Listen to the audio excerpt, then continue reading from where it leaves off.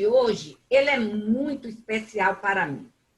Estamos iniciando assim, um projeto que assim, é um projeto que está se realizando agora, mas sempre foi um olhar muito atento meu, que é o projeto Cuidando do Mediador. Quer dizer, cuidar de si para cuidar do outro. Eu sempre fui muito atenta a isso enquanto instrutora e professora de mediação. Os meus alunos, eles bem sabem o quanto eu falo isso em sala de aula. Inclusive, o caderninho que eles recebem para anotação está lá. Mediação familiar sistêmica, cuidando de quem cuida dos conflitos familiares. Para vocês verem que não foi uma coisa que surgiu do nada. Agora eu criei esse projeto. Aliás, eu não criei esse projeto. Esse projeto estava em mim há muito tempo. E eu venho trabalhando em cima desse projeto. Só que muitas vezes, a maioria das vezes, nós precisamos da ajuda de profissionais especializados para tocar um projeto. Meu campo é a mediação sistêmica. Então, agora, nós vamos ter, iniciando esse projeto com 3 palestras. As 3 serão ministradas. Palestra não, que eu gosto de chamar de palestra, de aula, né? 3 aulas ministradas por Fábio Costa. E mais um workshop. Uma palestra será a de hoje, depois vem uma no final do mês de setembro, outra no final do mês de outubro, e em novembro teremos o primeiro workshop Cuidando do Mediador. E também, para quem tiver interesse em fazer o programa de Mindfulness completo de 8 semanas, já está aberto. Para quem tiver interesse, é só entrar em contato comigo ou com Fábio Costa, porque ela já tem algumas turmas abertas. Por que eu me preocupo tanto com esse cuidado? Hein? Já mutei aqui, pode continuar. Por que eu me preocupo tanto com esse olhar? Com esse cuidar? Cuidar do ser mediador. Nós, instrutores e formadores de mediadores, nós exigimos do mediador presença real e qualificada, atenção plena, respiração, calma, respiração consciente, calmamente, escutativa, saia da dualidade, saia do julgamento, saia do certo e errado, saia do bem e do mal, olhe com naturalidade, olhe como simplesmente um relato, a fala dos mediados. Como é que se diz? Postura de acolhimento, discernir o que é seu e o que é do outro, cuidado com a ressonância, com a contratransferência, separar o passado do presente, não ter uma postura de salvador. Esse caso é meu, vou resolver. Nós, mediadores, não temos caso, o caso é do outro, né, gente? Então, mas tudo isso e mais além, tem mais coisa, viu, gente? É que eu não vou fazer esse listão. Tá? Além disso, entendeu? Essas posturas, elas exigem exercícios diários e é o resultado de uma mudança gradual e contínua. E este é o objetivo do Cuidando do Mediador. Então, o dia de hoje é o primeiro passo, gente. Não é porque assistiu a palestra de hoje que todo mundo vai sair daqui com respiração consciente, mente calma, silêncio. O tal do silêncio. O silêncio é uma coisa tão interessante na mediação, porque é uma ferramenta nossa. A ferramenta, o mediador diz, na lista de ferramentas, o silêncio. Como podemos oferecer um silêncio respeitoso se a gente não tiver esse silêncio dentro de nós mesmos? Então, quando nós vemos os mediadores, principalmente os iniciantes, que na hora de aplicar a técnica do silêncio, as partes estão caladas. Caladas, muitas vezes, caladas entre aspas. Elas estão paralisadas diante da situação. Mas como é o silêncio que o mediador faz? Arruma papel aqui, pega aqui, bota ali, bebe água, puxa não sei o quê. Ele não está, o silêncio não está nele, dentro dele. Quer dizer, as partes estão paralisadas diante da situação. Estão pensando, mas muitas vezes, aquele momento, não é nem... Ela queria pensar, mas deu branco. Estão paralisados mesmo. E o mediador está num movimento intenso na mesa. Por quê? Porque não está com um silêncio dentro de si. Oferecer um silêncio respeitoso, primeiro você tem que conhecer o silêncio. Você tem que acalmar a mente. Você tem que respirar consciente e ficar. E aguardar. Não precisa mexer em nada. O tempo, ele não muda se você mexer ou não mexer. É o mesmo. Então, muitas vezes também, nós vemos na mediação mediados com muitas intervenções verbais. O que é isso? Uma parte fala uma coisa, o mediado vai. Uma parte fala outra, o mediado. É parecendo até que está. O que é isso? Ansiedade do mediador. Deixe a parte falar. De novo, acalme, fique no seu lugar. Ouvindo. Olha a escuta. Ouvindo. Atento. Na presença. Quando nós estamos na presença, nós ouvimos, gente, naturalmente. Não é com esforço, não. Nós ouvimos com muito esforço quando não estamos na presença. Tudo que fazemos na presença, nós fazemos no nosso natural. Por quê? Porque a gente não está lembrando. O mediado está falando, eu não estou lembrando da minha mãe, do meu pai, do meu irmão, do carro que eu deixei no estacionamento. Eu não estou lembrando de nada. Eu só estou ali ouvindo.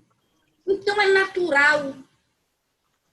Tudo que fazemos, entregues na presença, isso é natural. Então, quando eu falo escutativa, presença, não é um esforço. Vocês não vão fazer esforço nenhum. Por isso que eu estou abrindo todo esse trabalho do cuidando do mediador, que no ano de 2019 nós vamos ter essas 3 aulas, workshop e mais abertas inscrições para um programa de 8 semanas, mas no próximo ano teremos outros temas de trabalho para que o mediador venha aos poucos, como eu falei, exercícios diários. A mudança é gradual e contínua. Não significa que vocês vão fazer 3 aulas com Fábio Costa, fazer o workshop, e quando chegar em janeiro vai estar todo mundo me dizendo, professora, agora eu já sei. Isso. Não, vocês vão o quê? Tomar consciência. Até quando vocês mesmos fizerem qualquer coisa, você diz, puxa, na hora eu fiquei impaciente. Isso já é o 10. Vocês já vão para o 2º degrau. É quando nós tomamos consciência de que praticamos aquilo que poderia ter sido feito de outra forma. A nota é 10. Porque vocês já estão atentos a isso. Tomaram consciência da postura que deve ter. Porque no momento, às vezes, os mediadores não têm consciência dessa nossa fala em sala de aula, dando curso de mediação. Porque no curso de mediação, não é um lugar apropriado para eu parar às 96 horas para fazer esse trabalho paralelo de cuidar do mediador. Então, não pensem que eu estou exigindo que na turma de janeiro vocês cheguem diferente. Vai chegar todo mundo igual. Agora o quê? No segundo degrau, aquele que tomar consciência. Professora, a senhora não sabe o que eu fiz. Pronto, eu já estou feliz. Tomou consciência. Esse é o caminho. É para essa jornada que eu convido vocês. E foi para essa jornada que eu convidei Fábio Costa para comandar, entendeu? A parte toda do Mindfulness com vocês, mas vem ainda outros profissionais. Por quê? Porque não é uma única coisa que vai provocar essa mudança diária, contínua, de todos os dias. E não esqueçam, não é para mudar na hora que está sentado na mesa de mediação.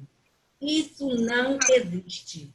Porque no meu gabinete de mediação não tem uma capa escrito silêncio respeitoso aqui, isso aqui, isso aqui, isso aqui. Na hora que eu sento, essas figuras se apoderam de mim. É na vida diária. Comece em casa, com a família, com os irmãos, com o marido, com o namorado, porque isso tem que fazer parte de vocês. Não é parte da mediação, gente. Faz parte de vocês. Então, como disse, é um momento assim de muita felicidade para mim ver um trabalho que eu já venho desenvolvendo, mas, claro, como uma pessoa amadora, e eu agora entrego toda a minha turma aos profissionais para cuidar de vocês. Isso, para mim, é muito importante. Cuidar de quem cuida.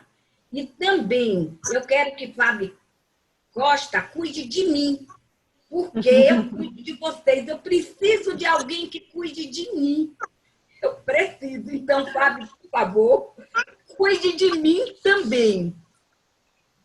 Antes de passar a palavra para Fábio Costa, eu vou dar a palavra a Maria Fortunato, que veio aqui para dar um recadinho para a gente, aquela passagem rápida. Vocês viram, né? Foi a professora do MIT passado, e ela atende até às 21 horas. Mas eu disse, dê uma passadinha lá. Então eu vou dar. E ela está com um projeto muito bonito aos sábados. Aí eu vou passar a palavra para ela, que é para poder ela falar um pouquinho com vocês, porque eu tenho certeza que ela está no intervalo de um atendimento. Por isso que quando eu vi, eu liberei logo, porque eu já sei. Então, boa noite, pessoal. Boa noite, Dalvinha. Boa, Fábio. Desejo para você logo, antes que eu esqueça, né? Porque eu estou atrasadérrima aqui com o paciente. Uma noite linda para você, porque a vez passada foi fantástico, maravilhoso. Né? Então, vamos seguindo juntos. Então, pessoal, obrigada, viu, Dalvinha, por essa oportunidade de estar falando aqui com o grupo a respeito dos sábados heiligerianos.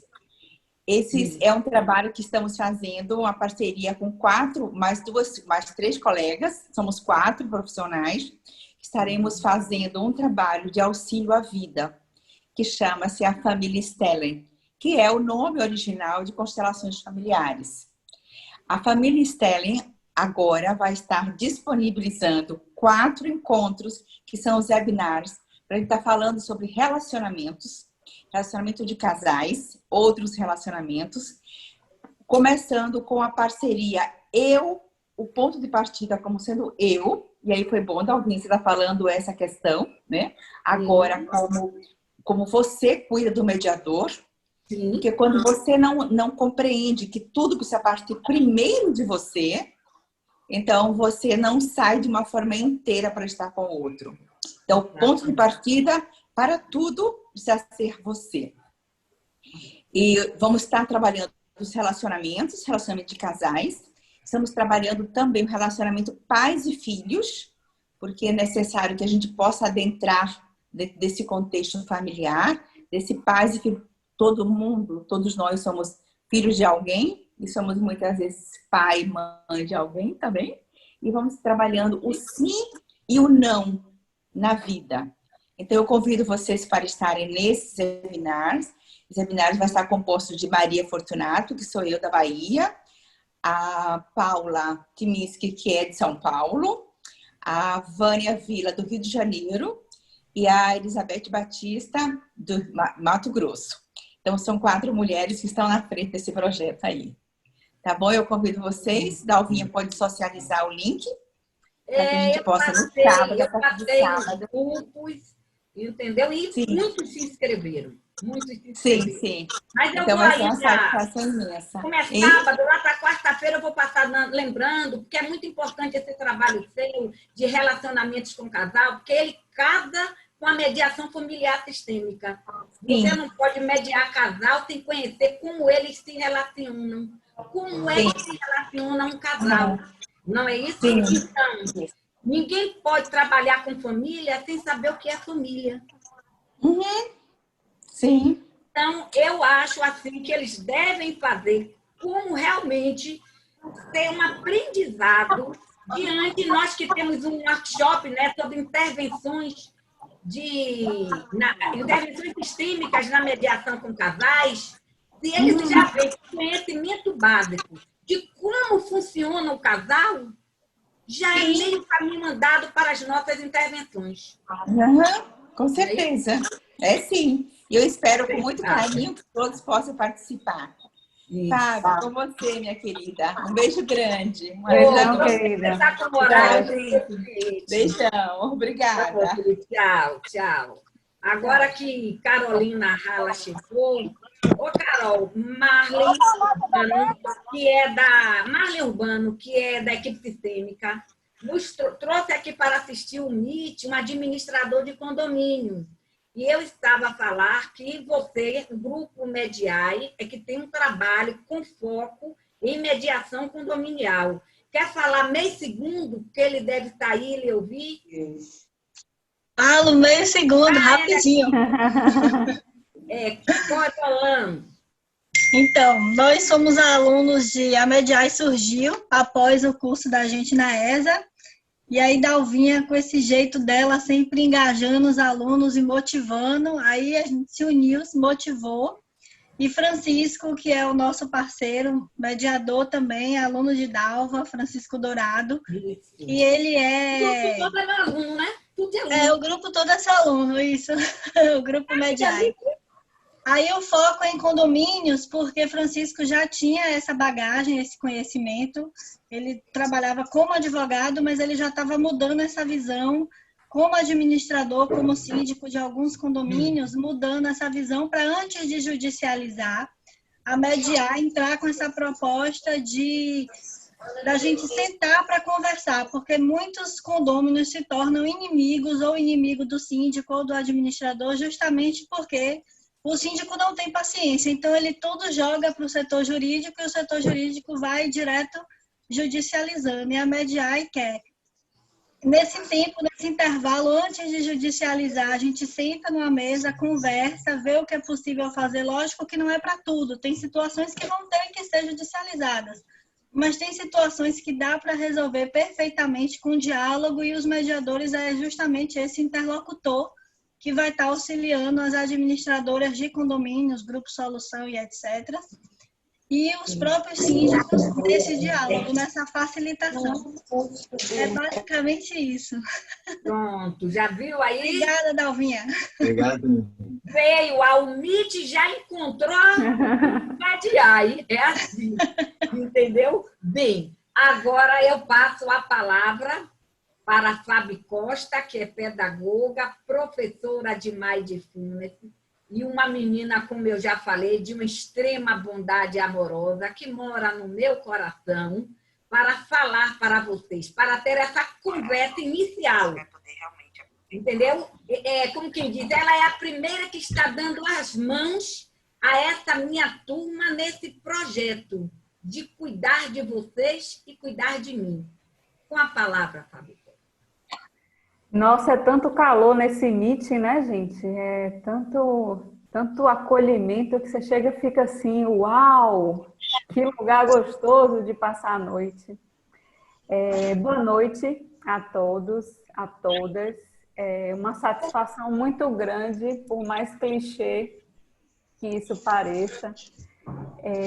Quando eu vou para um lugar como esse, falar de mindfulness, é muito bacana quando esse tema está relacionado a autocuidado, porque conversa muito com a minha história. Quando eu comecei a praticar mindfulness há 2 anos e meio atrás, eu digo para as pessoas que eu me tornei a minha melhor amiga, né? E às vezes a gente pensa que o nosso melhor amigo é apenas aquele que passa a mão na cabeça.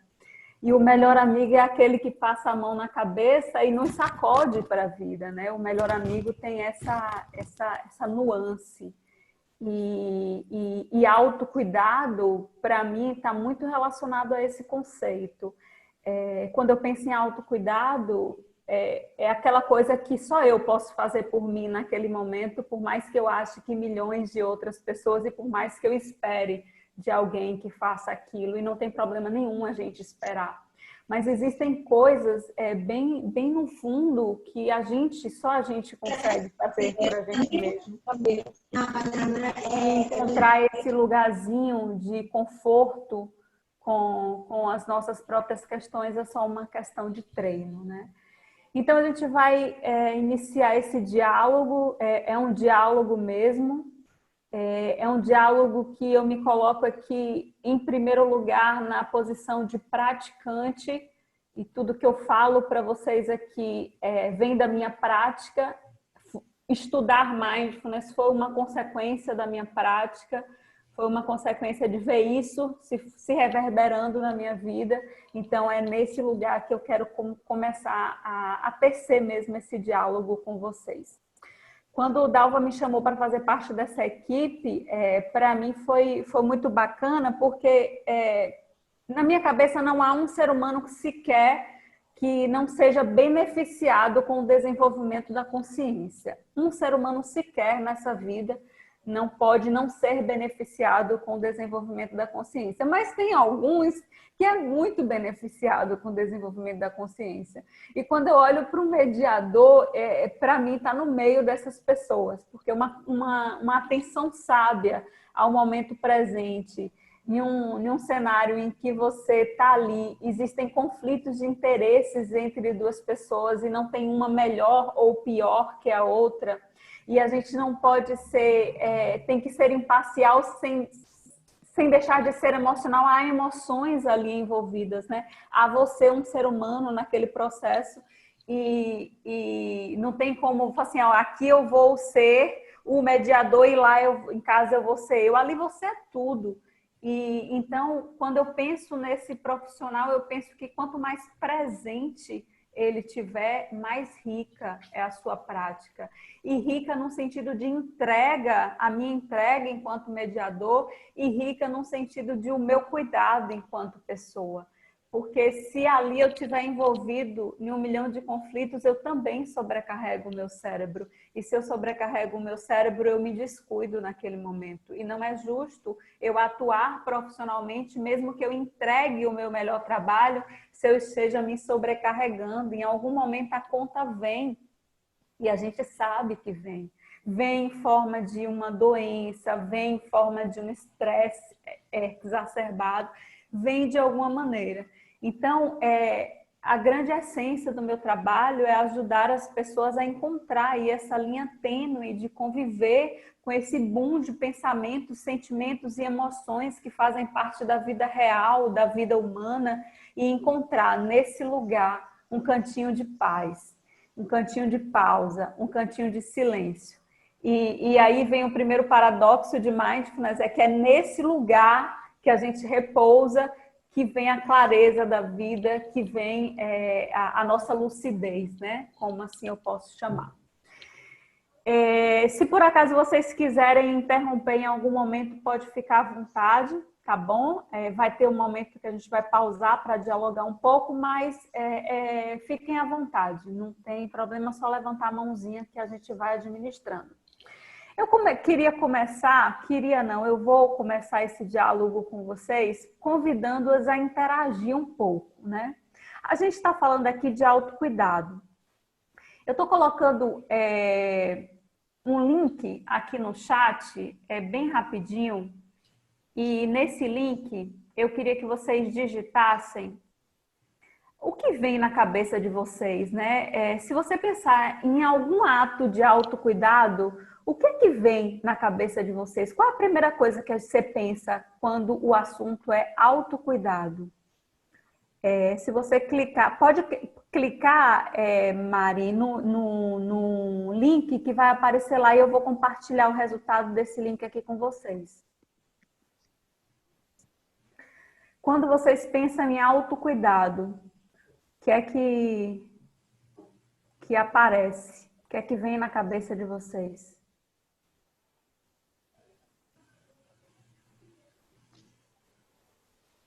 Alguém conseguiu ver o link lá? Que aqui não apareceu ainda não.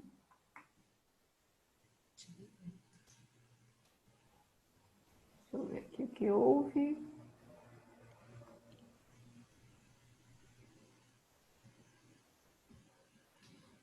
Eu coloquei no privado, desculpa. Desculpa, gente, coloquei no privado para a Luana. Esse link aí, vocês conseguem ver agora? Então, uma palavrinha que a gente vai interagir juntos aqui.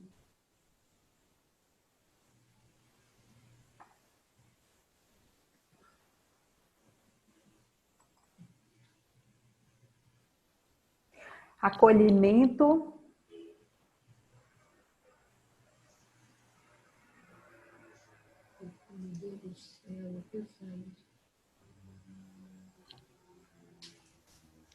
Tempo, bacana. Acolhimento, tranquilidade, meditação, autoestima. Olha quantas coisas legais. Eu acho que eu escrevi sem querer aqui. Tempo para mim. Autoobservação. Acolhimento. Nesse aplicativo, a palavra que aparece maior é a que mais foi digitada. Então, acolhimento está aí no campeão, né? Aí as palavras menorzinhas, elas foram menos aparecidas. Deixa eu ver aqui mais. Meditação. Olha, acolhimento ali ganhando, né? Quando a gente pensa em autocuidado, a gente está tendo na cabeça aí acolhimento. Meditação, tranquilidade, felicidade, autoobservação, amor próprio, cuidado de si.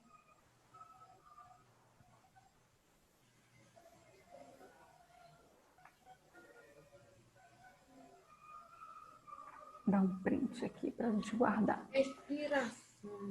Respiração. Respiração não apareceu ainda não aqui. Felicidade. Seguindo aqui, nem sei. Muito legal. Mas a campeã aqui que apareceu foi acolhimento. O default está super guiado. Que susto. Ok. Então, acolhimento aí apareceu como número 1. Fabi, falta aí aquela tela para a gente ver como foi que ficou. A tela mesmo que você estava, assim, para eu ver. Essa? Isso. Pronto. Aí. Pronto, que eu queria tirar a foto do... Ok. Tirou o print? Tirei. Foi.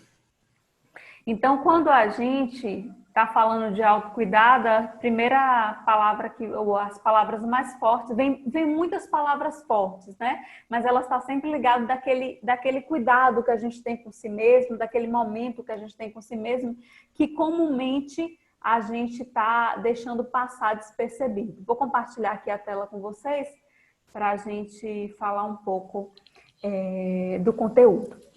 Então, quando a gente pensa em autocuidado, muitas palavras vêm. E vem, inclusive, às vezes, coisas que a gente pode fazer no dia a dia, né? Coisas que a gente pode, às vezes, até fazer uma unha para uma mulher é um ato de autocuidado, né? Então, tem várias coisas que a gente pode fazer para trazer esse autocuidado para a vida.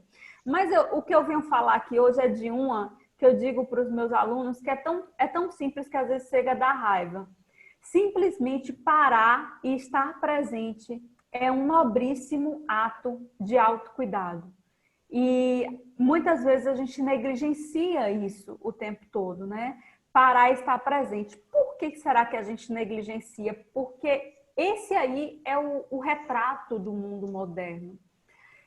O mundo, os clichês sociais estude enquanto os outros estão dormindo, mais rápido. Então, a gente está sempre movimentado pela competitividade do mundo moderno. Então, a gente está sempre buscando ser mais ágil, a gente está sempre buscando correr, a gente está sempre buscando o próximo nível. Então, a gente está sempre buscando uma velocidade muito grande. Por isso que parar, às vezes, é algo que não faz muito parte do nosso cotidiano. A gente não tem tempo de parar. E dizem que quando a gente não tem tempo, a gente precisa parar o dobro, né? E esse cenário que a gente vive é um cenário de muitas possibilidades, tem muita coisa acontecendo, é muita informação, são muitas distrações, muitas incertezas. É só a gente trazer isso para o momento que a gente está vivendo, é um cenário completamente incerto. Então, é muita coisa, é tantos e tantos acontecendo ao mesmo tempo, que nos deixa confuso. E isso cada vez mais nos afasta dessa necessidade de parar e estar presente, né? E aí a gente está falando de um mundo que há uma pressão para fazer com muita rapidez o tempo todo, né? A gente está pressionado para agir mais rápido, agir mais rápido. O que é que acontece? Já ouviram falar, para quem é familiar essa expressão, piloto automático? Deixa eu só ver aqui, me ajude aí. É familiar isso para vocês? Falar de piloto automático? Piloto automático é um termo que vem da psicologia, que vem do significado de automatizar.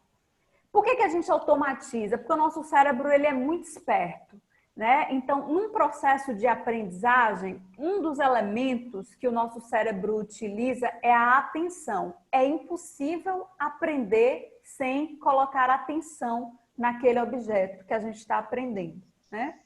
Só que, como esse mundo é muito veloz e a gente precisa aprender muitas coisas, a gente está submetido a aprender muitas coisas, quando a gente aprende o cérebro economiza aquilo. Então, ele tira a atenção daquele aprendizado e automatiza isso, para que ele coloque a atenção em outros aprendizados que estão por vir, que acontecem no dia a dia. Então, quando isso acontece, a gente faz as coisas no automático. Eu continuaria aqui falando com vocês tranquilamente e digitaria a senha do meu celular, olharia alguma mensagem que está aqui agora e ainda responderia para essa pessoa assim, ok, a gente não faz isso tranquilamente? Eu continuaria aqui falando com vocês tranquilamente sobre isso. Só que não há problema nenhum fazer isso em algumas situações. Mas o que acontece é que a nossa ânsia de aprender e de se relacionar com esse volume muito grande de informação, ele é tão grande que a gente está fazendo isso o tempo todo. E a gente está fazendo isso, inclusive, com as nossas emoções. A gente está automatizando não sentir raiva. Deixa para depois a raivinha aqui. A gente está guardando as coisas para que sobre tempo, porque o dia está passando muito rápido. Então, esse piloto automático, ele, às vezes, nos salva, né? Porque, às vezes, há situações em que a gente automatiza mesmo e não há problema nenhum. Mas, quando a gente faz isso com uma frequência muito grande, a gente sobrecarrega a nossa mente, né? Então, o piloto... Espera aí que deu algum... O piloto automático... ele faz com que a gente esteja com o corpo em um lugar Meu corpo, meu braço, minha boca, meu rosto está aqui falando com vocês, mas a minha mente pode estar na lista do supermercado que eu vou fazer amanhã de manhã. Pode estar na discussão que eu tive com meu irmão, alguns minutos antes de entrar nessa aula. Pode estar em alguma expectativa, pode estar numa emoção que esteja corroendo aqui no meu estômago. Então, quando o meu corpo e a minha mente, eles estão em lugares opostos, eu tenho a sensação de que eu estou fazendo várias coisas ao mesmo tempo, né? Eu estou pensando em alguma coisa, eu estou atendendo o telefone, eu estou dando a palestra, eu estou atenta ao celular, então parece que eu preciso me virar nos 30. Gente, isso é mais comum do que a gente imagina. E às vezes, quando a gente não faz isso, a gente se sente inadequado, porque a gente está perdendo tempo. Então, a gente não toma banho para tomar banho. A gente toma banho para ir ao trabalho. Então, a gente está fazendo uma coisa pensando na outra. Isso vira uma ponte. E a minha mente, ela está sempre caminhando, ou para lá, ou para um lugar que já passou e que não existe mais. Aí está na moda chamar isso de multitarefa, né? É familiar para vocês o conceito de multitarefa? Multitarefa é aquela que faz várias coisas ao mesmo tempo. É aquela que otimiza o tempo. Se eu pudesse, eu mandava exterminar essa expressão, otimizar o tempo. O tempo já é ótimo como ele é. A gente não precisa otimizar o tempo, né? E esse conceito de multitarefa, por mais que ele esteja presente no nosso dia a dia, na nossa vida profissional, na nossa casa, eu lamento dizer para vocês que é uma ilusão. O cérebro, ele não faz duas coisas ao mesmo tempo, por mais que a gente se iluda que faça. Quando ele está fazendo uma coisa, ou seja, atendendo o telefone, que ele olha e eu olho para a Carolina e converso com ela, a atenção sai do telefone e vai para a Carolina. E quando eu atendo o telefone de novo, a atenção de novo vai. Então, não existe a atenção estar em dois lugares ao mesmo tempo. A gente só está sobrecarregando a nossa mente quando a gente faz isso. E aí eu volto a dizer, claro que a gente vai fazer em algum momento. É humano a gente agir no piloto automático, a gente automatizar algumas tarefas.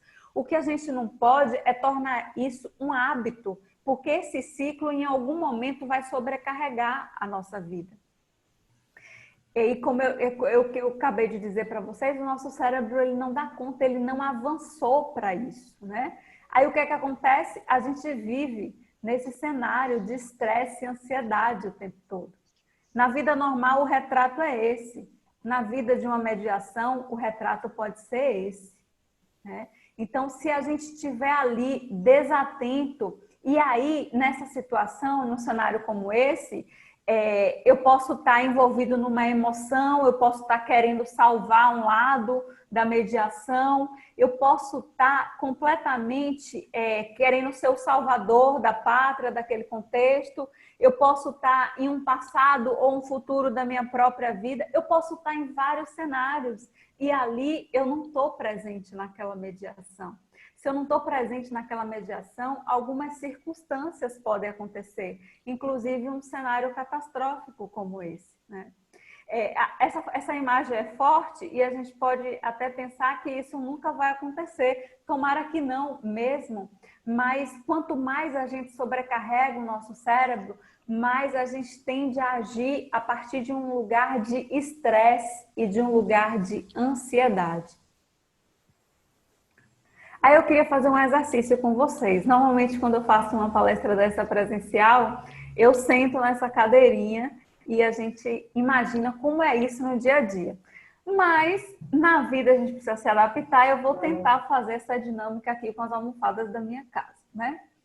E aí queria que alguém... Deixa eu ver aqui, quem é que eu estou enxergando? Quem eu estou enxergando? Aqui eu estou enxergando Carolina Rala. Carolina, você pode desmutar o seu fone aí para a gente bater um papo e a gente fazer essa dinâmica juntas? Pronto. Pronto. Eu posso te chamar de Carol? Carol? Pode, claro. Pronto. Carol, me conte aí como é um pouquinho da sua rotina. Você é casada? Não, sou solteira. Você é solteira, você mora com quem, Carol? Atualmente com minha mãe e o irmão. Pronto. Você tem filhos? Não. Você trabalha fora o dia todo? Você sai de casa todo dia para ir trabalhar? Agora com a pandemia, não. Mas também antes não eram todos os dias, não. Mas vamos fazer de conta que a pandemia não existe Tá, e Carol sai um dia, é um dia de Carol sair para trabalhar, tá bom? tá. Aí, nesse dia, Carol discutiu com a mãe.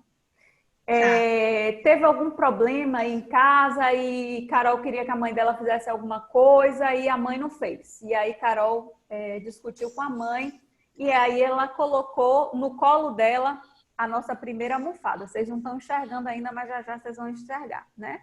E aí ela já está imbuída naquele processo emocional. Ela está indo para uma mediação, tá bom? E aí ela sai. Aí ela desce a garagem e chega lá no carro e a bateria do carro arriou. Perceba, Carol já estava um pouquinho chateada com a mãe. E aí a bateria do carro arriou. Ela está indo para uma mediação, tá certo?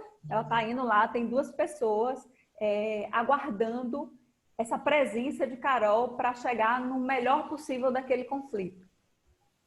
Aí a bateria do carro arriou. Aí Carol já está assim, ó, no limite, chegando no limite dela. Só que ela está um pouquinho atrasada, né? Porque ela não imaginava que a bateria do carro ia arriar. A gente nunca imagina quais são as fontes de estresse que estão presentes no dia a dia do nosso caminho, né? E aí, ok, não dá tempo de chamar o seguro e Carol chama um Uber. O primeiro Uber cancela a corrida. Aí Carol já está possessa. Quando ela está possessa, ela começa a deixar de enxergar possibilidades, porque o estresse cega. Aí tá aqui, ó, aqui a almofada de Carol. Finalmente o Uber chega e todos os sinaleiras até chegar à mediação estão fechadas. Carol já está no limite dela. Ela não enxerga mais nada. A próxima fonte de estresse que Carol tiver, ela vai fazer o quê, gente, com essas almofadas? Diga aí, Carol, o que é que você vai fazer? Jogar tudo para cima. Jogar tudo para cima. Imagine se você jogou para cima na mesa da mediação. É aquela foto que a gente viu alguns minutos atrás. Então, é assim que a gente age quando a nossa mente está sobrecarregada de pensar no passado, presente, futuro, no tudo que está acontecendo, né? Aí a gente vai levando a vida em dois formatos. Ou eu fujo, ou eu bato. Ou eu fujo, ou eu bato. A gente aprendeu isso porque isso faz parte dos primórdios da humanidade, né? O homem primitivo aprendeu a fugir, lutar para se livrar de algumas coisas que existiam, porque se naquele momento da história um homem visse um leão como esse e ele não fugisse, ele morria, não tinha outra alternativa. Só que hoje a gente vê tudo como se fosse um leão, porque o nosso nível de estresse ele está muito alto, porque a gente está no passado, no futuro, automatizando as nossas tarefas e sobrecarregando o nosso cérebro. Até aqui tá tranquilo para vocês, gente? Só para eu ver se tá dando para acompanhar, tá beleza? Joia. Então, nesse cenário em que a gente tá agindo assim na vida, no automático, no dia a dia, a gente tem a sensação que a vida tá passando. E por isso que é fácil você chegar e falar assim, uau, já é sexta-feira. Nossa, já são 18 horas. Nós precisamos fazer mais coisas para otimizar o tempo. Aí a nossa resolução está sempre em buscar fazer mais coisas. E aí percebe que fazer essas mais coisas vai fazer com que a gente esteja mais sobrecarregado e é meio que vira uma bola de neve a nossa vida, né? E isso se reflete no nosso dia a dia da vida familiar, isso se reflete no dia a dia da vida profissional e isso se reflete na nossa vida pessoal. Interfere em todo o ser integral que a gente é, né?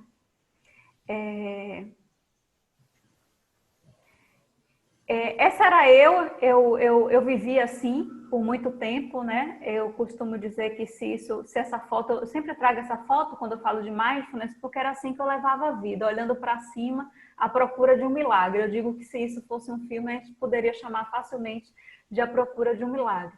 Então, eu vivia no passado e no futuro, buscando sempre alcançar, sempre chegar em algum lugar. Eu fui criada para chegar em algum lugar, né?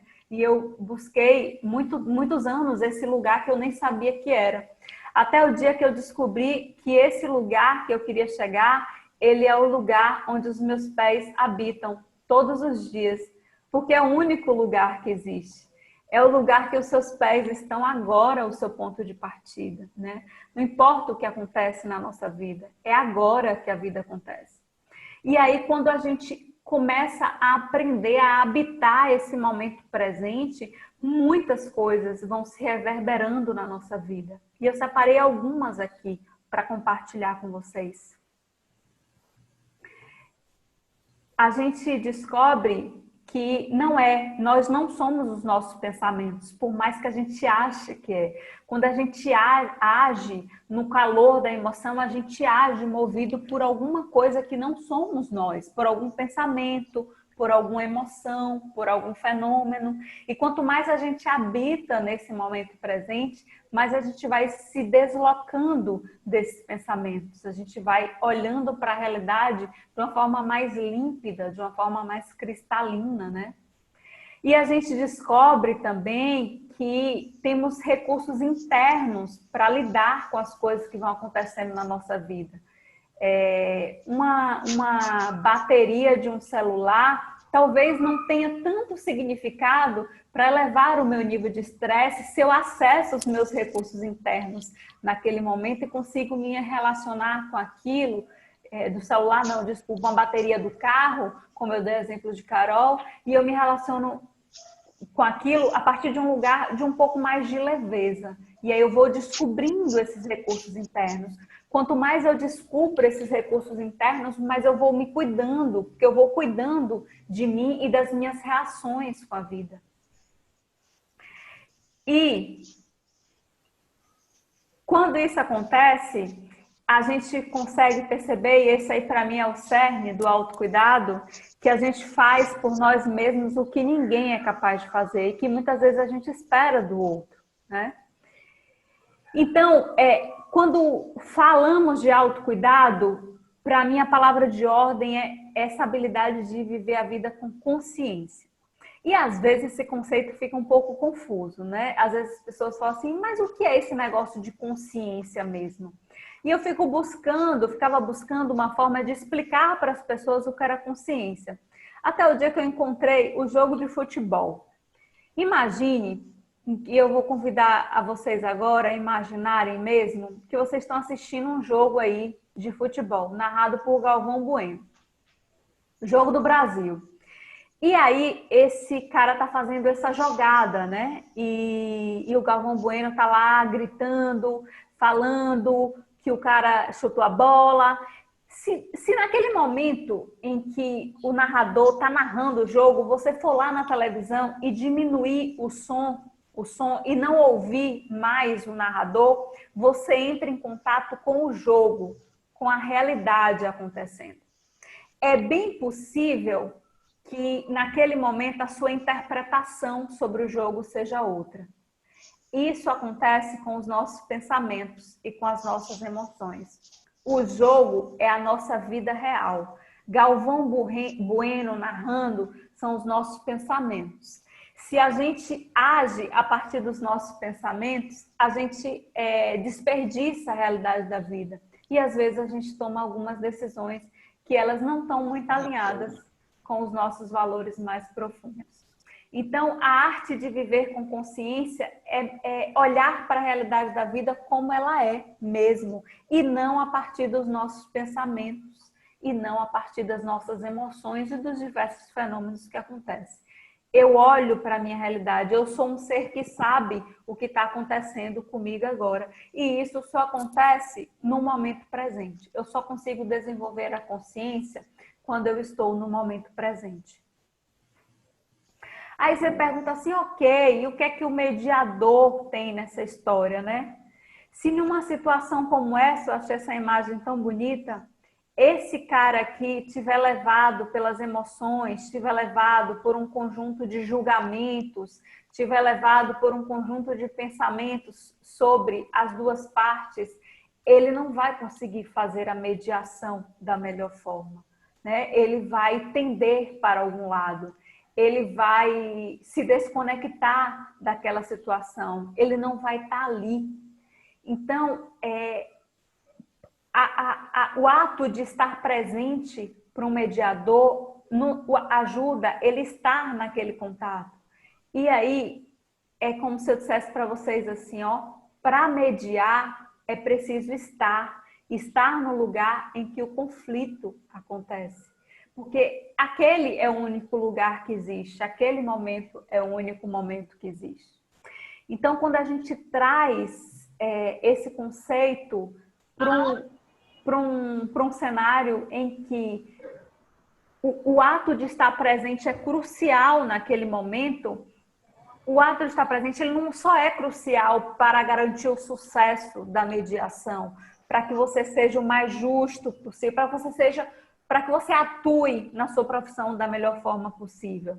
É porque naquele momento, ao mesmo tempo que você cuida daquele trabalho, daquela mediação, você também se cuida. Porque conforme eu falei anteriormente, você não sobrecarrega o seu cérebro pensando em alguma coisa e estando em outra. Sua mente, suas emoções caminhando sobre alguma coisa que não é o ato de estar ali mediando. Então, é um cenário em que a via de mão dupla, você cuida e dá ali o seu melhor trabalho, ao mesmo tempo que você se cuida e não se sobrecarrega mentalmente. E isso é um nobre ato de autocuidado. Então, a gente traz esse conceito para o contexto do mediador, no sentido de que se cuidar é simples, natural e fácil. E você pode fazer isso apenas prestando atenção no momento presente. Porque se você está ali e presta atenção no momento presente, você tem uma atenção mais refinada do que está acontecendo, né? Você não vai para o passado e para o futuro, você não vai para outras coisas, você não tendencia a algum lado. Então, mindfulness é isso, a arte de viver com consciência, a arte de viver aqui e agora, a arte de fazer uma coisa e saber que está fazendo essa coisa, a arte de estar ali mediando e saber o que está acontecendo. Aí você pode dizer assim, mas eu sei o que está acontecendo, eu sei que eu subo uma escada e estou subindo a escada. Às vezes a gente tem a ideia do que está acontecendo. Mindfulness é um construto que nos leva à prática, é a experiência do que está acontecendo, que nos coloca em contato com o momento presente. Não é a ideia da respiração, é a experiência da respiração. Não é a ideia da mediação, eu vou estar presente, é estar em contato com a experiência e com os pensamentos e emoções que surgem ali. Porque cultivar o estado de presença não vai tirar a gente de um conjunto de pensamentos que vem e vai o tempo todo. Os pensamentos vão continuar vindo, mas cultivar a presença é perceber o pensamento vindo e escolher estar no presente. E isso vai acontecer no processo da mediação. Eu percebo o julgamento vindo e eu escolho ir para o presente. Eu percebo a emoção vindo e eu escolho ir para o presente. E eu faço isso quantas vezes forem necessárias. Mindfulness é um construto que existem vários conceitos que, se a gente for pesquisar vários conceitos de mindfulness, eu digo que é um construto meio que não se fecha, né? Mas eu escolho para trazer para vocês o conceito mais tradicional, que é o do Jon Kabat-Zinn, que ele fala que mindfulness é a consciência que surge quando eu presto atenção intencionalmente no momento presente e sem julgamento. Quando eu presto atenção, porque conforme falamos, estamos no piloto automático, a gente está economizando a nossa atenção, então raramente a gente está fazendo alguma coisa com a atenção nela. Intencionalmente, porque é uma escolha. Eu escolho estar aqui e agora. Momento presente, porque comumente estamos no passado ou no futuro. Num lugar que já estivemos, mas não estamos mais. E em um lugar que ainda não chegamos e que nem sabemos se vamos chegar, mas que a nossa mente vai projetando. E sem julgamento, porque eu não digo se esse momento é bom ou ruim. Esse momento simplesmente é. Então, o que é mindfulness? A consciência que surge quando eu presto atenção intencionalmente no momento presente e sem julgamento. Esse conceito é um pouco confuso mesmo e eu gostaria de convidá-los para experienciar isso na prática. Uma demonstração bem rápida. Eu vou convidar vocês para gentilmente fechar os olhos e esticar uma das suas mãos à frente. De olhos fechados, uma das suas mãos à frente, conforme eu vou fazer aqui para vocês. Qualquer uma das mãos. E com a outra mão, que não está esticada, comece a acariciar a mão que está esticada, gentilmente. Passando sua mão pelo braço inteiro que está esticado. E aí você vai sentindo a textura dos seus músculos. Você vai sentindo os seus pelos, talvez algum arrepio.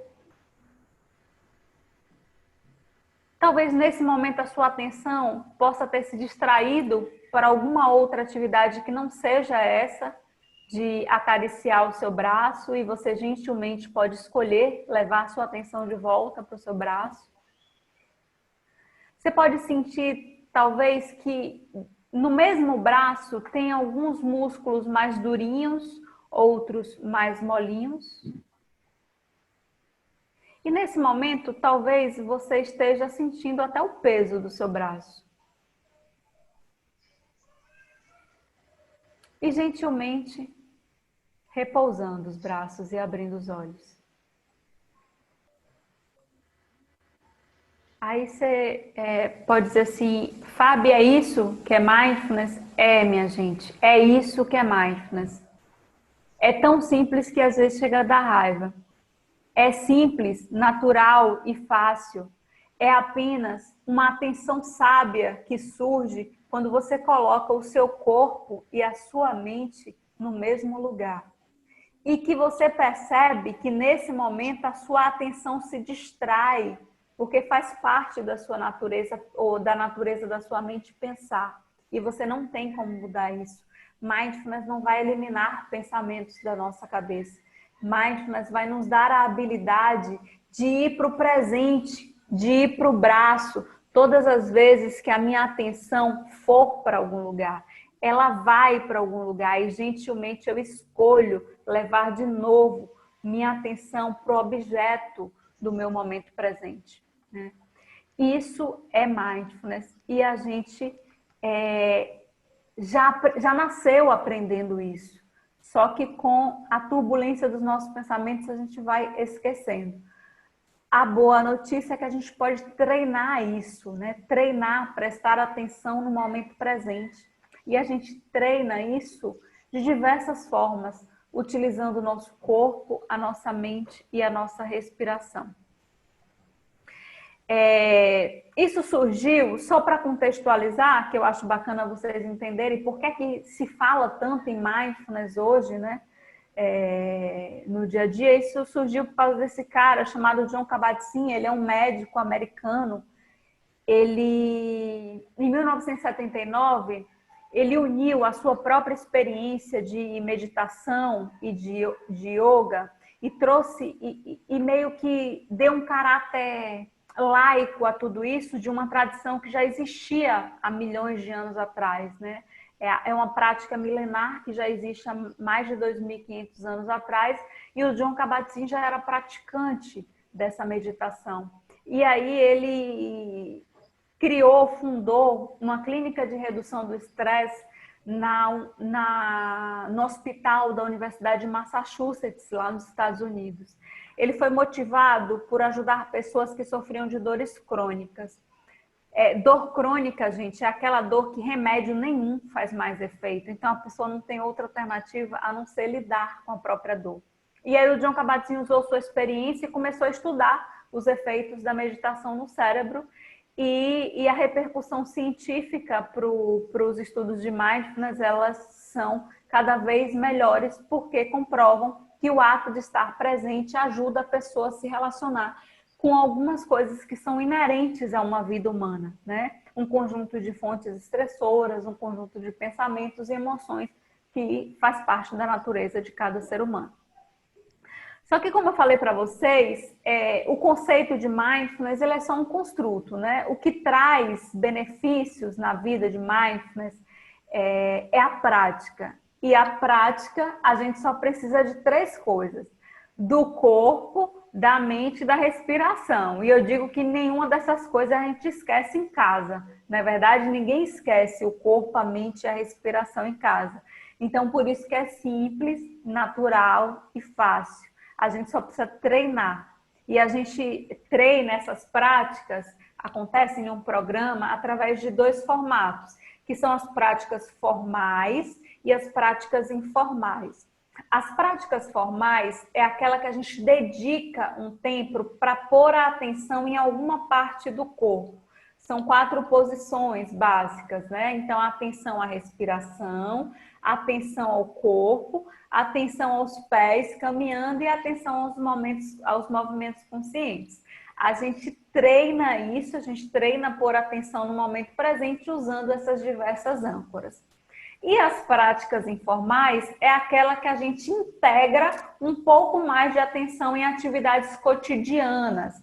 Por exemplo, se eu for beber uma água, eu bebo com um pouco mais de atenção. E aí eu percebo a água descendo no meu estômago, na minha garganta. Se eu for me alimentar, eu me alimento com mais atenção e eu percebo os momentos em que eu estou mastigando a comida. Porque raramente a gente come com atenção, porque às vezes a gente só tem 10 minutos para comer. E a gente não percebe nem o que a gente comeu. A gente vai levando essas atividades cotidianas tão simples também no automático. Uma das atividades cotidianas comuns é o ato de tomar banho. Raramente a gente sente o sabonetinho passando aqui, ó, no braço, sentindo ele deslizando.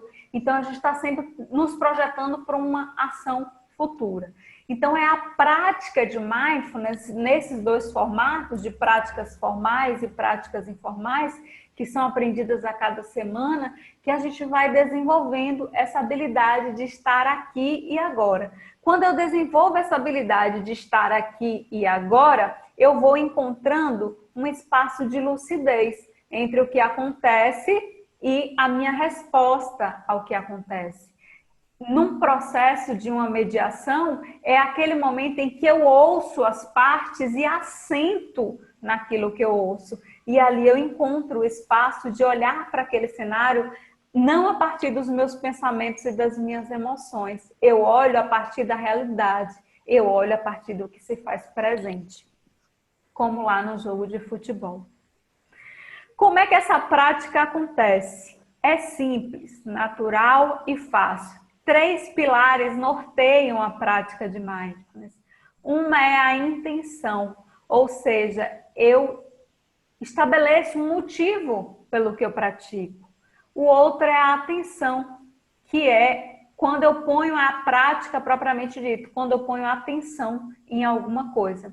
E o outro é aquela atitude mais compassiva e menos julgadora comigo e com os outros à minha volta, né? Então, esse exemplo daqui é uma prática de atenção à respiração.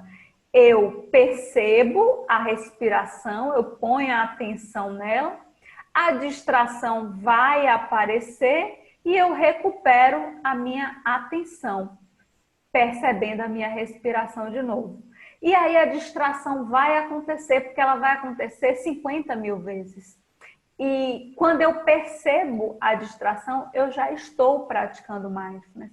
Porque mindfulness não é para eliminar as distrações, não é para eu chegar num estado de iluminação, que nem existe isso. Mindfulness é para eu desenvolver a habilidade de perceber a distração, perceber que a minha mente está no passado, no futuro e tomar consciência daquilo e ir de novo para o presente. A gente faz isso treina isso através de práticas formais.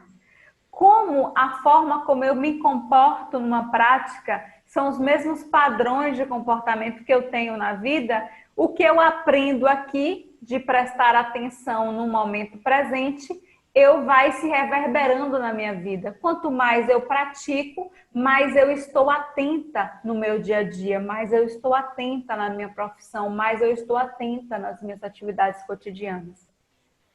Então, eu digo que é como se fosse um lugar quentinho que eu aprendo de uma forma segura a lidar com os desafios da vida e a lidar com os desafios do meu processo de atuação profissional. E também da vida como um todo, né? Quanto mais eu pratico, mais eu encontro esse espaço de clareza, de escolha, de lucidez entre o que se faz presente e a forma como eu reajo a isso.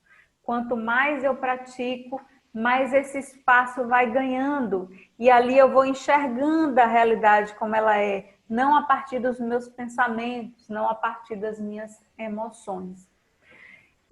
Tem um exemplo bacana para fazer uma analogia disso, porque quando a gente fala de dinheiro é mais fácil, né? Assimilar. Então, a prática de mindfulness é como se quanto mais eu pratico, é como se eu fizesse depósitos na minha conta de recursos internos, vamos falar assim. Da mesma forma que eu faço depósito em uma poupança, eu faço depósito na minha conta de recursos internos. Imagine que você começou a fazer aí um depósito na sua poupança. A sua poupança está cheia da grana. Cheia da grana, está lá, você todo mês está lá depositando. Aí chega uma multa do Detran, né? Ninguém gosta de receber uma multa do Detran. Ninguém vai dizer assim, uau, recebi uma multa. Não. Você vai ficar triste, você vai chatear, mas você tem o dinheiro para pagar. Aquilo vai se ajustar de uma forma mais leve, porque você tem o recurso para pagar a multa do Detran. Se você não tivesse, o seu nível de estresse ia ser altíssimo. E aí, trazendo aqui para o conceito de mindfulness, a prática é esse recurso que você deposita diariamente na sua conta de recursos internos. Quando as situações da vida desafiadoras chegam, quando a gente está num momento de conflito, você não fica feliz porque está vivenciando um conflito, mas você tem recursos para lidar com isso. E aí você lida com isso a partir de um lugar de leveza. O espaço, seu olhar para a realidade, seu espaço de escolha vai ficando cada vez maior, porque você deposita na sua conta de recursos internos. Então, praticar mindfulness. Por que praticar mindfulness é um ato de autocuidado? Porque você está fazendo depósitos diários na sua própria conta de recursos internos. E isso faz com que você lide com os desafios de uma vida real. Os desafios, fontes de estresse, conflitos, fazem parte de uma vida real. E vocês sabem disso, que na atuação profissional de vocês, isso é a essência, o conflito é a atuação profissional de vocês. Então, quanto mais você se cuida, quanto mais você aumenta os seus recursos internos, mais você está ali naquele lugar a partir de um lugar de presença, menos aquilo lhe sobrecarrega e mais presente você está para atuar junto ao outro, para dar o melhor possível naquele processo e naquela mediação. Quando isso acontece, a gente vai descobrindo que há sempre mais coisas certas do que erradas com a gente, por mais desafiador que seja o conflito que a gente está ali presenciando, que a gente está lidando. Nosso olhar ele não é inclinado para o positivo durante o dia, durante a nossa rotina, né? Não vou nem falar durante a nossa vida, vou falar durante o nosso dia. Imagine que você saiu aí da sua casa para ir para o trabalho, vou voltar para falar do trabalho. E aí você está um pouco atrasado. Aí você pegou seu carro e saiu de casa. E aí você chegou no primeiro sinal vermelho. e ele está fechado, ou no primeiro sinal ele está fechado. Aí você começa a chatear, eita, o sinal está fechado, está me atrasando mais. Aí você chega no outro e está fechado também. Aí aquilo potencializa, né? Se você chegar no terceiro e ele estiver aberto, raramente você vai comemorar. Diz assim, uau, um aberto. Mas se você chegar no quarto e ele estiver fechado, você vai chatear de novo, mais um sinal fechado. Porque a nossa atenção ela está orientada para o que não está muito arrumado na nossa vida. E quanto mais a gente vai se apropriando dos nossos recursos internos, a gente vai descobrindo que há coisas mais certas do que erradas. E aí a gente vai se apropriando de si, né? E isso é um nobríssimo ato de autocuidado. Se você sair da sua casa e todos os sinais estiverem verdes, é pouco comum de que você, uau, o sinal está verde. A gente não está antenado, a nossa atenção ela não está qualificada a ver essas coisas que são positivas na nossa vida. E quanto mais a gente pratica, a gente traz esse olhar cuidadoso para voltar, para direcionar também a nossa atenção para as coisas que já estão nos suprindo, que já estão nos nutrindo, né? E isso também aumenta a nossa percepção de felicidade. Por mais que eu esteja sorrindo aí nessa foto, isso não é coisa da minha cabeça, não. Existem estudos que mostram que quanto mais você está presente, quanto mais você pratica a consciência plena, mais a sua sensação de felicidade aumenta. Um desses estudos foi feito na Universidade de Harvard. Ele é chamado de uma mente dispersa, é uma mente feliz. Os pesquisadores, eles pegaram algumas pessoas aleatoriamente e eles foram avaliar o grau de felicidade percebido dessas pessoas em experiências cotidianas, né? Tipo assim, lavar prato. Eu não conheço uma pessoa que ama lavar prato. A gente lava o prato todo dia, porque faz parte da nossa atividade. Mas não há aquela pessoa que fala assim, uau, tem uma pia de prato para lavar. Não é muito comum isso, né? Então, tem algumas atividades cotidianas que a gente faz e que a gente não gosta muito. E esses pesquisadores, eles foram nessas atividades cotidianas. Eles queriam avaliar o grau de felicidade dessas pessoas percebidas em atividades cotidianas. Então, essas pessoas no aplicativo de iPhone, elas recebiam algumas sinalizações durante o dia, que era basicamente assim, tinha lá uma sinalização e dizia assim, o que é que você está fazendo agora? E a pessoa dizia, estou lavando o prato. Aí eles perguntavam, qual o seu grau de atenção nessa atividade? Aí a pessoa dizia lá, de 0 a 10. O grau de atenção se ela estava mais no automático ou se ela estava mais na presença. E aí a terceira pergunta qual o seu nível de felicidade, né, nessa atividade? E a pessoa ia lá e dizia de 0 a 10. E aí tem dois resultados curiosos nessa pesquisa. Um é que 47% do tempo que a gente está realizando as atividades cotidianas, a nossa atenção não está nas atividades cotidianas. 47% do tempo. Então, durante o dia, da hora que a gente acorda até a hora que a gente vai dormir, 47% do nosso tempo a gente não está no mesmo lugar, corpo e mente. O lado bacana disso é que 53% do tempo a gente está. Então, se a gente está 53% do tempo, é porque a gente sabe fazer aquilo. A gente só precisa treinar para estar mais tempo. Esse é o primeiro resultado dessa pesquisa. O segundo resultado é que não importa o que você esteja fazendo naquele 53% do tempo, ou seja, quando você está presente. Quando você está presente, independente da atividade que você esteja executando, a sua percepção de felicidade é maior. Então, não importa que tipo de mediação você está fazendo, não importa que tipo de cliente. Se você está ali, você tem a percepção de que você está mais feliz naquele momento, né? E aí, eu digo que a gente se livra um pouco dessa busca, de uma busca constante que a gente tem da felicidade fora da gente, né? Esse autocuidado que é de buscar coisas, de ter coisas. E a gente vai percebendo que há uma forma de encontrar essa felicidade dentro da gente, apenas estando presente. Eu vou compartilhar um pequeno vídeo para vocês que ilustra um pouco disso que eu estou falando. Oh, gente. Acho que foi.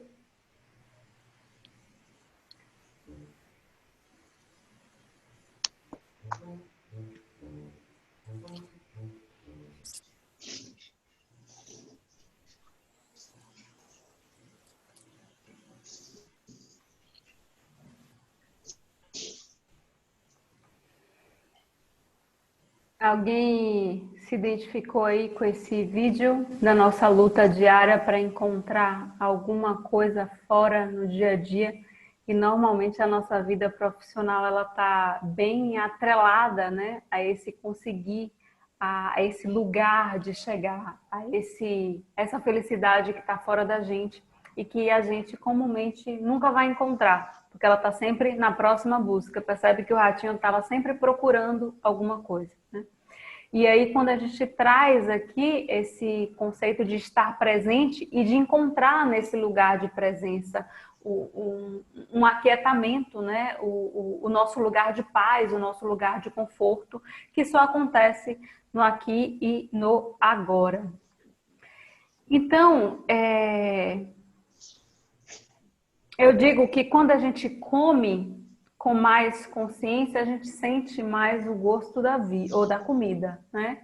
E da mesma forma, quando a gente vive com mais consciência, a gente vai sentindo esse gosto mais da vida.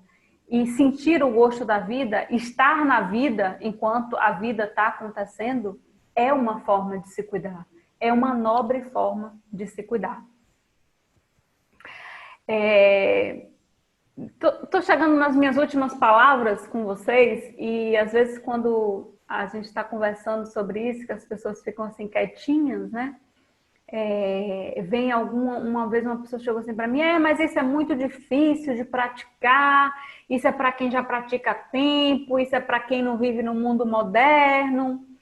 E eu digo assim, é simples, natural e fácil, tá tudo aí, você só precisa do seu corpo, da sua mente, da sua respiração. E aí um dia eu entrei em contato com essa experiência, que ela me ajuda a falar para vocês sobre essa simplicidade, né, de ver a vida acontecendo no presente. Esse dia aí foi o primeiro dia que eu vi o nascer do sol na minha vida. Ele tem mais ou menos 1 ano e meio. Eu estava num retiro de formação de mindfulness e uma das atividades que a gente fazia era acordar às 4h30 da manhã para praticar e depois ver o nascer do sol. E aí eu fui ver o nascer do sol. E aí eu achei o nascer do sol a coisa mais linda do mundo, né? Eu nunca tinha visto, sempre tinha visto foto, nunca tinha visto o nascer do sol. E alguns minutos antes desse momento aqui, que é quando o sol nasce, o céu ele tem um conjunto de cores, né? Não sei aqui se vocês já viram o sol nascer, que é um conjunto de cores bem bonito, né? O céu fica laranja, rosa, é um negócio assim que parece que é uma pintura.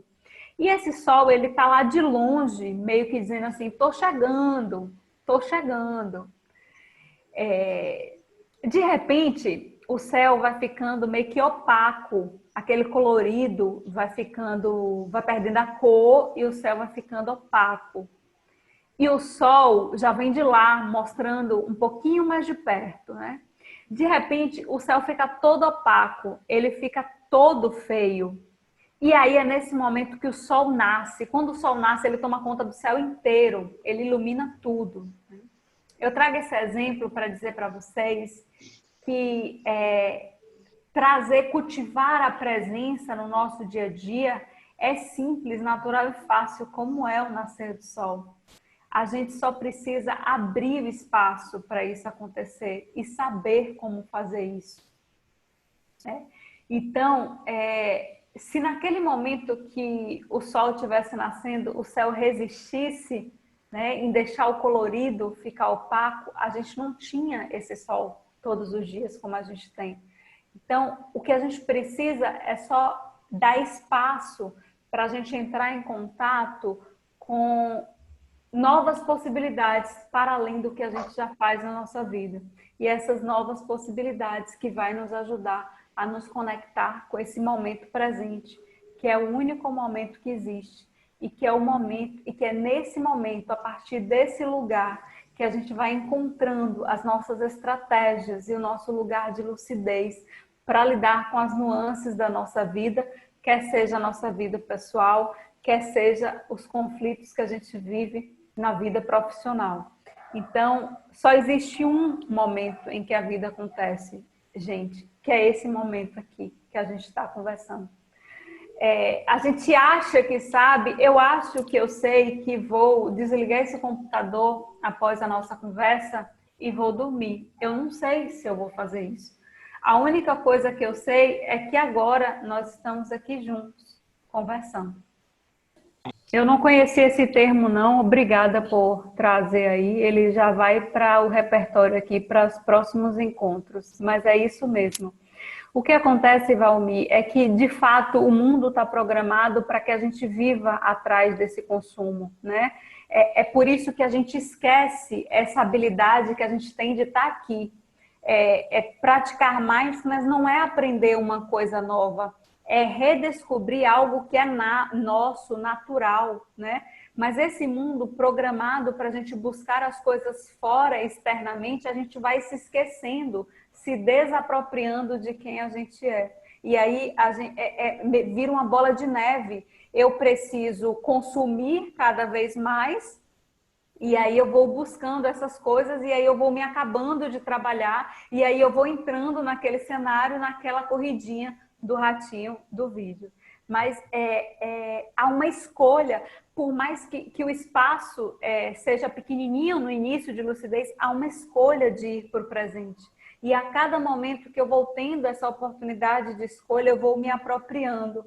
E aí eu vou me afastando do que essa vida quer de mim, né? Do que esse consumismo está pedindo de mim. E aí eu vou me aproximando desse estado natural e tão meu.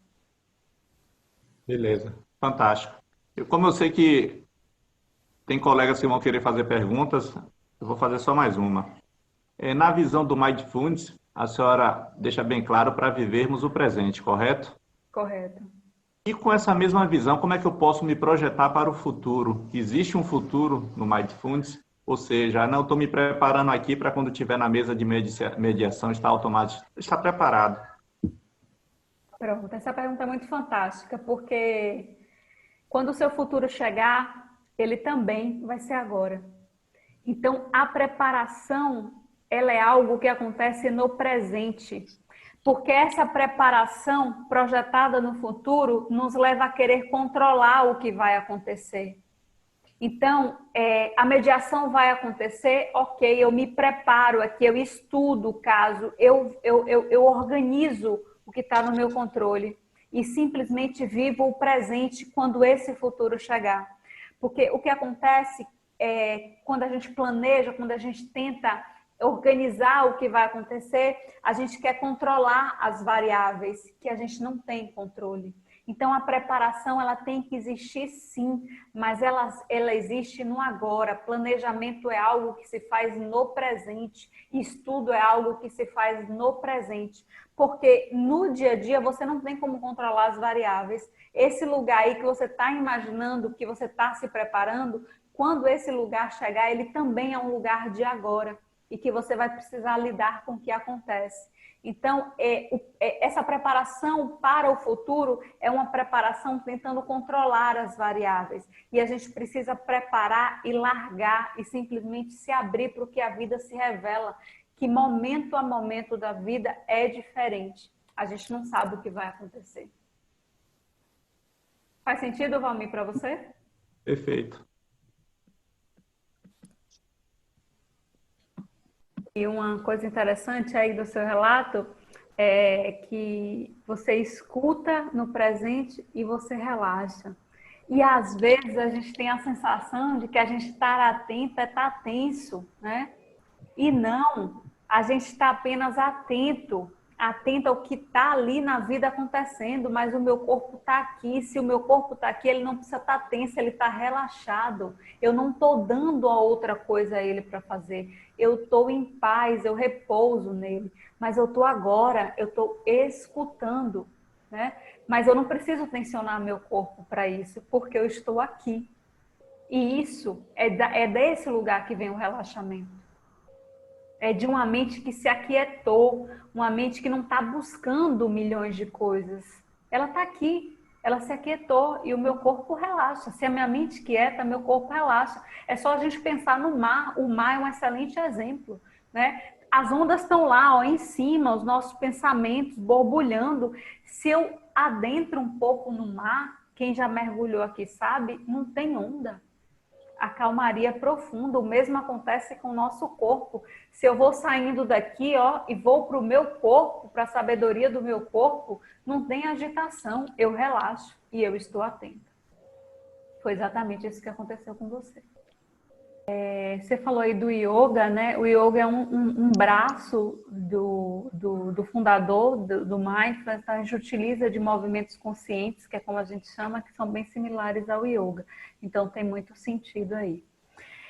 Solange, não tem muito como controlar, tá? Quando a gente fala de controle, a primeira coisa que vem na cabeça, assim, que eu imagino, é que você fala assim, eu queria tirar isso da minha vida agora que eu não estou dando conta, né? A sensação de que não está dando conta. E essa sensação é legítima, ela é real. Tem alguma coisa que está consumindo os seus recursos internos. O que o estresse faz é que a gente entra em contato com ele, a gente dá algum significado a ele que está relacionado a uma ameaça que ele está trazendo, e não é uma ameaça mental, é uma ameaça de organismo, né? Existe um sistema no nosso organismo chamado de homeostase, ou seja, ele é responsável por manter tudo equilibradinho e organizado, e vem uma coisa doida lá e desorganiza tudo. Então, essa homeostase do organismo, ela é abalada.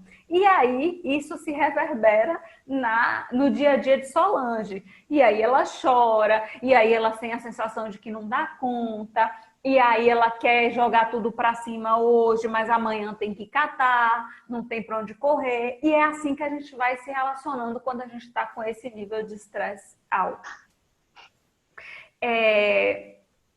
Muito provavelmente, alguma dessas fontes estressoras você não tem como tirar da sua vida agora.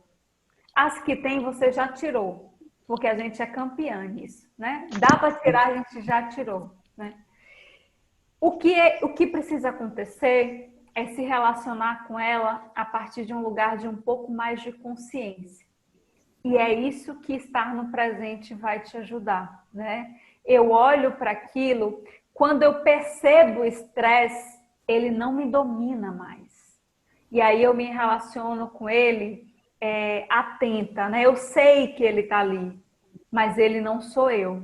Então, eu não tenho como tirar ele dali daquele momento, mas eu tenho como me relacionar com ele a partir de um outro lugar, que é um lugar diferente do que eu ajo, que eu normalmente estou reagindo a partir dos meus impulsos, dos meus hábitos, do que eu já sei fazer. O que eu já sei fazer, eu continuo fazendo. E isso potencializa o estresse, que consome mais os meus recursos, que potencializa o estresse. Vai chegar uma hora que a gente joga as almofadas para cima, né?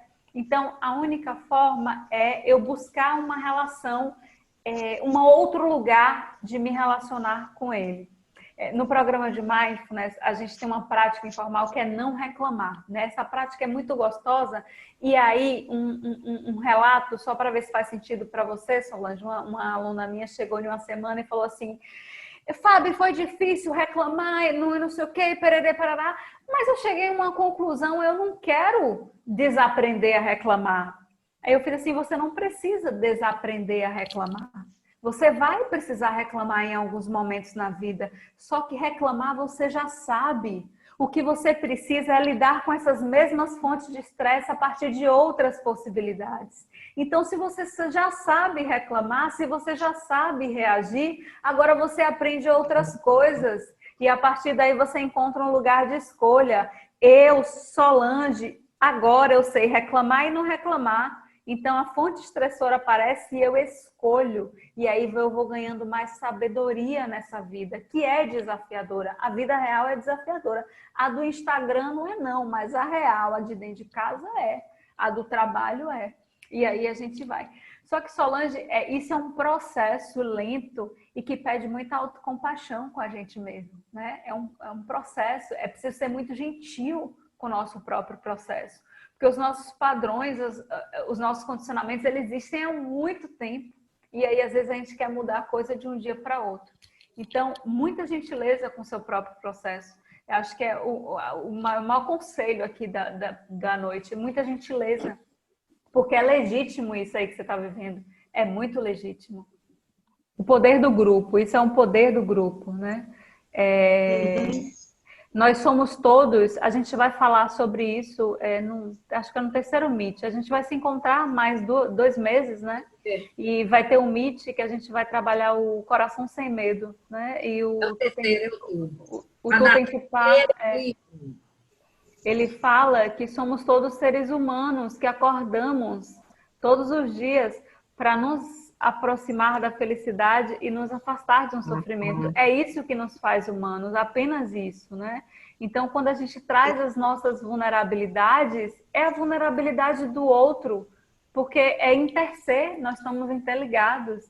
Então, a gente ouve do outro e se aquece, e aquece o nosso coração também. Esse é o poder do grupo. Compartilhar, né? Compartilhar essa troca. Exatamente, querida, exatamente. Pode falar, Lana. Oi, gente, boa noite. Vou dizer o seguinte, eu estava super cansada no meu dia e essa respiração, esse negócio de inspirar e expirar vida e expirar paz foi fantástico para mim. Falar igual a Ana Teresa, relaxou de um jeito que eu bocejei todas as vezes. Praticamente dizendo, está preparada para descansar. Quero agradecer, Fábio, esse conteúdo maravilhoso que você trouxe. Quero saber quando é que vai... Eu vou esperar os meetings terminarem, saber quando é que você vai ter seu curso, tá? Eu já falei para a Dalvinha que eu quero fazer seu curso. Legal. Informação sobre ele. Eu estou com a turma que vai começar no final do mês, né? Eu vou pedir para a Dalvinha postar amanhã no grupo de vocês, de todos os alunos, porque eu vou dar uma condição especial para quem é aluno de Dalva, né? Então, a gente vai estabelecer um desconto, eu vou conversar com ela, a gente vai estabelecer um desconto, bem desconto mesmo, não é descontinho não, é descontão. Eu coloquei no Meet, né, que vocês não estão seguindo, eu coloquei no Meet Sistêmico. É que aquele teve alteração de data, Dalvinha, a gente vai mudar a data e aí eu vou passar um novo. Tudo que eu faço o cardzinho especial para os alunos da mediação familiar. Especial, exatamente. Porque senão abre muito, né? Porque eu divulgo. Então, quem for aluno da mediação familiar sistêmica, você aí diz qual é o percentual. Eu já agradeço, viu? Nem sabia dessa.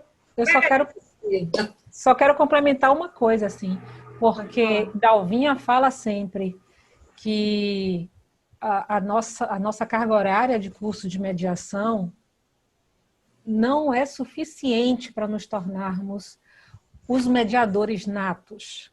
Ela sempre fala, precisamos estudar muito, precisamos reforçar muito e colocar muita prática nisso. E aí,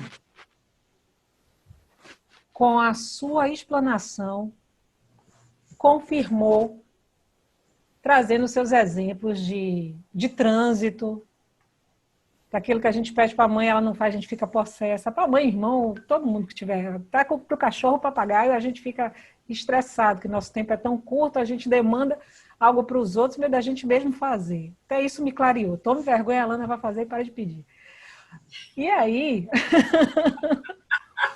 Quando você falou desse trajeto, eu disse, Jesus, quantas vezes que eu já agendei atendimentos e eu precisei desmarcá-los porque eu não consegui ter uma serenidade relacionada aos problemas que eu estava vivenciando naquele dia. E lidar com essa técnica faz com que a gente consiga enxergar nossos problemas com outro olhar. E gratidão por me lembrar disso, porque precisa repetir sempre, viu, gente? Repetir sempre para poder acessar aqui. Mas o curso, a prática é diária. É uma lembrança de todo dia. É de 8 semanas, mas também eu acho que ela vai dar assim também, para quem fizer o workshop, também um período de prática diária, né, Fábio? Você já formatou o workshop? De mindfulness? De inteligência emocional. De inteligência emocional está arrumadinho já. Tá arrumadinho. Vai ter umas práticas diárias também. Você sabe que isso é o dia a dia, é contínuo, é um pouquinho. Até a tomada de consciência. Depois que toma consciência, aí até a própria respiração, nós lembramos, bem, respira, lembra de você. Se a gente tomar consciência, lembra de você. Aí respira e a coisa vai. Agora, a coisa flui. Já flui, com certeza, entendeu? Mas a turma de 8 semanas já está aberta, que é própria do Mindfulness, e aí eu vou fazer a divulgação do jeito como ela passar para mim, que eu não estava nem sabendo, entendeu? E aí os alunos interessados já podem começar a sua caminhada, que vocês já viram que é necessário, tomaram primeiro consciência de que eu falava a verdade, de que não é sair da escola de direito, fiz um curso de mediação e sentei, lá se vai, para ser o mediador que eu quero que vocês sejam. É uma prática de todo dia. É uma prática de todo dia, gente. De todo dia. Todo dia a gente ir lá e guardar os nossos recursos. Fazer o nosso depósito. E, Fábio, quando você fala desse momento de atenção e recorrer aos recursos internos, se a gente contar aqui, as 26 pessoas que estão aqui na sala já fizeram muitos cursos com ferramentas fantásticas que muitos aqui não colocam no dia a dia. E que são recursos importantíssimos. E você me fez lembrar de uns que eu fiz. Já anotei aqui para fazer a minha recapitulação desse processo e torná-los diários mais ainda. Porque sempre será pouco esses recursos, né? Uma das grandes habilidades que a prática de mindfulness traz é essa clareza, né? Essa clareza do que se faz presente, do que eu já tenho aqui agora. Às vezes a gente está sempre buscando a nova coisa, a mente está de pipoca, caminhando papo. E quando você para, se você juntar água e detergente assim, começar a sacudir, é a nossa mente no dia a dia, né? Só que quando você para, a espuma, ela se concentra e a água desce e naquele espaço você enxerga, né? É só na pausa que você enxerga. E aí é preciso parar. E essa pausa só acontece no presente. Mas eu amo meus alunos. Por duas coisas. Eu amo ensinar e amo meus alunos. Por isso que aluno, para mim, não foi meu aluno. Nunca é meu aluno. Eu, há uns tempos atrás, eu disse assim, nasceu aluno, morreu aluno. Eu ficava assim. Agora eu digo, é meu aluno. Entendeu? Por isso que sempre eu tenho um lugar especial para meus alunos. O grupo sistêmico, por exemplo, de estudo sistêmico, ele é para meus alunos da mediação sistêmica, ex-alunos e alunos. Esse ex eu boto para que as turmas passadas saibam que eles estão inclusos, mas na realidade são meus alunos. Agora, vocês podem convidar qualquer pessoa para o trabalho de FAB, tanto para a turma de 8 semanas, como para o workshop, que fazendo um trabalho com qualquer um membro da equipe sistêmica, ingressa no grupo de estudo da mediação familiar sistêmica, porque ele começa a ser meu aluno sistêmico. Então, vocês podem convidar alguma pessoa que vocês vejam que tem esse viés, esse caminho, essa dedicação, que queira fazer essa caminhada para o workshop ou para o programa dela de 8 semanas, que essa pessoa, não é só dela, não, é de qualquer workshop da equipe sistêmica. Se o workshop é da equipe sistêmica, essa pessoa integra a equipe sistêmica. Então, aí vai para o grupo de estudo que eu ministro às terças-feiras. Então, vocês podem convidar um amigo, que às vezes a pessoa sabe, eu não estou com turma aberta por causa da pandemia, e a pessoa diz, não, fulano iria gostar de participar das aulas de Dalva. Aí, bom, como o pré-requisito é ser meu aluno, faz algum workshop, porque ingressa na família sistêmica. E gratidão, passo a palavra Eu vou fazer como nós fazemos em direito. Passo a palavra para Fábio Costa proceder às últimas considerações. É o jurídico todo. Gente, eu tenho poucas palavras para terminar. Eu super obrigada mesmo. Fazer isso aqui faz sentido, traz sentido para uma vida, para a minha vida, que antes disso era pouco sentida. E se era pouco sentida, era pouco vivida. Porque uma vida que não é sentida é uma vida que não é vivida, né? Então, meu propósito é fazer com que o maior número de pessoas possíveis nesse mundo tenham acesso a isso, porque faz sentido para a minha vida. É só isso. E é simples, natural e fácil. Então, super obrigada. Vocês agradecem e vocês acham que aprendem ao encontro, mas eu engrandeço muito a cada relato, né? Que a cada relato eu me vejo, a cada relato eu me encontro com a história de vocês. Tem um provérbio chinês que diz que se um homem caminha pela rua e encontra outro homem, e eles têm cada um pão e eles trocam um pão, eles vão embora com um pão. Mas se esses mesmos homens se encontram e cada um troca um conhecimento, eles vão embora com 2 conhecimentos, né? E aqui a gente foi embora com muitos. Porque eu trouxe um conteúdo, mas vocês trazem a história. Nenhum conteúdo, todo conteúdo ele é enriquecido com a história e ele fica robusto. É a história, é a experiência prática, é a minha vida que torna a minha atuação do Mindfulness robusta, né? E a vida de vocês, e a gente junta tudo isso num TC bonito e a gente segue. Então, eu agradeço muito estarmos juntos aqui agora. E quantas vezes a gente se encontrar e torno o meu acesso aí disponível a vocês. Meu Instagram tá lá, fabicosta.com.br. Sempre que quiserem falar comigo, lá tem link de WhatsApp, pode chamar no direct. Eu sempre estou postando alguma coisa sobre Mindfulness. Enfim, é um canal que a gente pode se encontrar e qualquer dúvida, o que quiser bater um papo, estamos aí. Muito obrigada, viu, por esse encontro. Agradeço a Dalva por essa parceria tão bonita que surgiu entre a gente, né? Tudo veio a partir de Paulo, que é o filho de Dalva, meu professor, minha grande inspiração de Mindfulness, e é semelhante atrás semelhante. A vida vai, é só a gente seguir o nosso propósito, não precisa se preocupar, não, é só seguir, que a vida vai articulando onde você vai se encontrando. Não precisa esforço, e aí num dia você encontra, conversa e articula e a vida acontece. E eu sou muito grata por estar aqui. De uma forma assim natural. Fulano para isso, para aquilo, e foi. Tem uma menina, uma aluna aí, Jussara, eu não consigo falar com Jussara, eu abro a palavra e Jussara não fala. Jussara, você ainda está na sala? Que ela entra manda mensagem, eu não sei. Ela pode já ter saído, mas ela mandou muitas mensagens aqui. Depois você salva as mensagens, né, Dalvina? Cara, que eu não estou lhe vendo. Estou aqui. Pode falar. Ela preferiu escrever aqui. Bom. Ok, queridos, queridas.